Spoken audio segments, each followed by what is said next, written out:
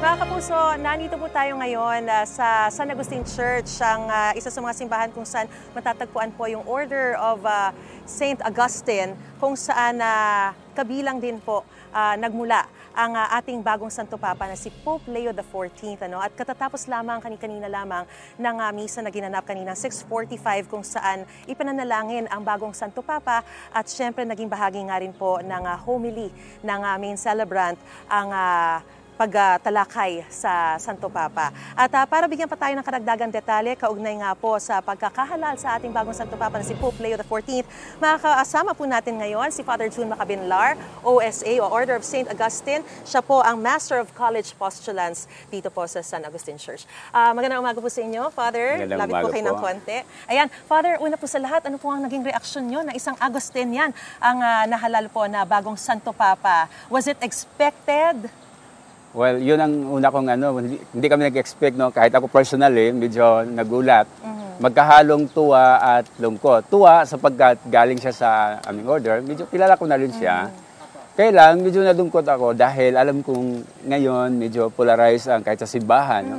Ang ating si Pope Francis dati ay, alam natin, may mga bashers din. Kaya naisip ko, no? Kawawa naman baka patutulad. Pero alam kong ngayong si Pope Leo XIV ay mayroon din siyang talagang maiaambag para sa simbahan at para sa buong mundo.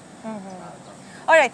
Father, paano po ba ninyo binibigyang kahulugan yung pagpili niya sa pangalang Leo? At ano ang nais nitong iparating sa simbahan? Tinatawag at itinuturing din po si Pope Leo XIV na isang bridge builder. So yung concern po ninyo na parang polarized at masyadong maraming mga faction, mukha bang kanyang mapag-uugnay-ugnay? Yun na nga, nagulat kami bakit si Pope Leo. Niisip ko baka si Pope Francis II. Pero si Pope Leo, sa pagkakaalam ko, si Pope Leo ay naging Pope sa panahon ng modernisasyon. Ito yung panahon na kung saan andun yung mga issues tungkol sa trabaho, tungkol sa industrialization, yung mga problema ng modernong problema natin ngayon. Sa tingin ko, yun din ang gusto niyang tingnan at tutukan. Yung problema ng pagkahiwa-hiwalay, no? Masyadong polarized sa larangan ng politika at kahit sa simbahan. Siguro siya talaga ang magiging, ipagdasal natin na siya ang magiging tulay para sa pagkakaisa ng simbahan at ng bansa natin. So yun na nga po, mukhang ito po ang isa sa mga hamon. Ano pa po yung mga nakikita niyong iba pang mga hamon na kakaharapin ng bagong Santo Papa sa kanyang unang buwan bilang pinuno nga po ng Simbahang Katolika? Marami sa mga Katoliko ngayon ay talagang tututukan kung paano siya magsalita at kung anong gagawin niyang ideas o trabaho para pagdugtungin para itong naging problema sa ating bansa at sa ating simbahan ay talagang unti-unting masolusyonan. Pero sa tingin ko, ang pagkakakilala ko kay Robert Prevost, siya ay isang Agustino na andun yung puso niya sa komunidad at yung unahin niya yung dialogo. Narinig ko sa kanyang pagbati, no? Una-una sinabi niya, peace be with you all.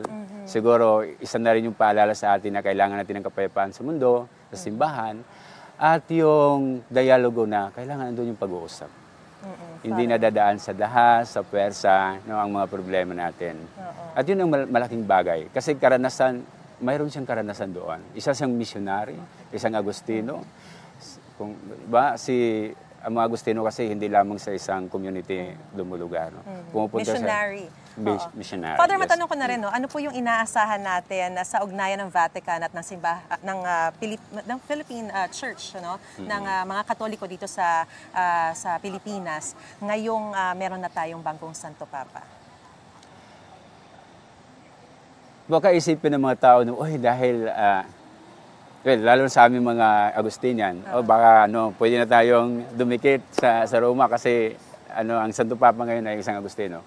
Pero kung tutuusin, ang pwede nating magagawa na positibo at healthy para sa simbahan at para sa ating Santo Papa ay ipagdasal po natin sila.